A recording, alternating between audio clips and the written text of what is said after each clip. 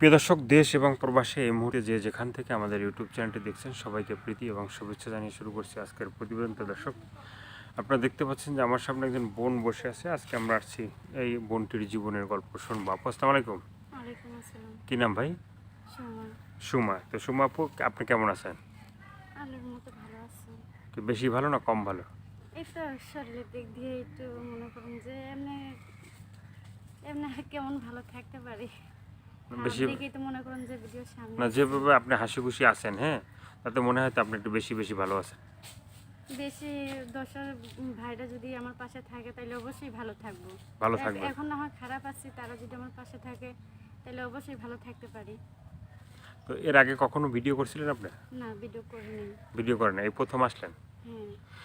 তো প্রথম আসলেন, আবার দর্শক ভাইরা আপনাকে তো দেখবে, দেখার পরে তো অনেকেই বলবে যে ভাই সে আবার কেন বোকরা পরে আসলো, হ্যাঁ।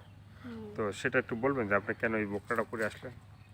বোরকা পরে আইছে কেন ভাই? আমি হচ্ছে গৃহস্থ মাইয়া। হুম। আমি কখনো চাইনি যে আমি ক্যামেরার সামনে এসে আমি দাঁড়াবো, হুম। কি দর্শক আমার দেখো, কিন্তু আমি অনেকটা কষ্ট করে আমি কিন্তু এই ক্যামেরার সামনে আমি আইছি, কিন্তু আমি চাই না যে সবাই আমার মুখটা দেখো। কেন? আমি যদি মনের মতো একটা মানুষ পাই আমি শুধু তারাই দেখাবো। আমি যদি ভালো একটা মনের মানুষ পাই শুধু তারাই আমি আমার মুখ দেখাবো। এছাড়া মনে করুন যে আর কাউকে দেখাবো না। যে আমার সব কিছুর দায়িত্ব নিবে আমার ভাই, নিবে আমার মাকে, আমাকে যে দেখাশোনা করবে, আমি তার সাথেই কথা বলবো আর তাকেই আমার মুখটা দেখাবো। তো সুমাপুর দেশের বাড়িটা কোথায়? কিশোরগঞ্জ। কিশোরগঞ্জে। হুম। তো কিশোরগঞ্জের মেয়ে আপনি সুমা। তা মানে আপনি কি বিয়ে শাদী হয়েছে? না, বিয়ে হয়নি। বিয়ে হয় নাই। না। বয়সটা কত হবে? এই ধরেন 18। 18। হুম। তো এখনও আপনার বিয়ে হয় নাই? না। বিয়ের কি প্রস্তাব আসে? বিয়ের আসে, প্রস্তাব আসে, কিন্তু আমি বিয়ে বসি না। আমার মা আছে, আমার বাবা নাই, আমার মা আছে। আমার মাকে রেখে আমি বিয়ে বসি না। কেন? বিয়ে বসলে কিন্তু মনের মতো একজন মানুষ হইতে হয়। হুম। বুঝতে পারছেন? কিন্তু যে সে প্রস্তাব দিল তাতে বিয়ে বসলাম, তা তো হইলো না। আমি চাই যে আমার মনের মতো হইতে হবে, যে মনে করুন যে সব দিক দিয়ে ভালো হবে, যে আমার মাকে দেখাশোনা করবে। সামনে কিন্তু অনেকটা কষ্ট পেয়েই আসে, কেউ কিন্তু এমনি আসে না, অনেকটা দুঃখই পড়েই আসে। যখন চলতে ফিরতে না পারে অনেকটা কষ্টের কারণেই কিন্তু মনে করুন যে দর্শকের কাছে হেল্প চায়। তা আমি দর্শক ভাইদের কাছে হেল্প চাই।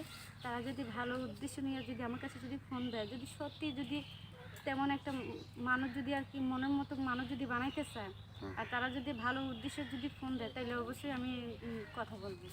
মানে যেহেতু আপনার বিয়ে শাদী হয় না বা আপনার বিয়ে এখন বসতে চান, হ্যাঁ, তো কি ধরনের একটা মানুষ আপনার পছন্দ সেটা যদি একটু দর্শকদের বলেন।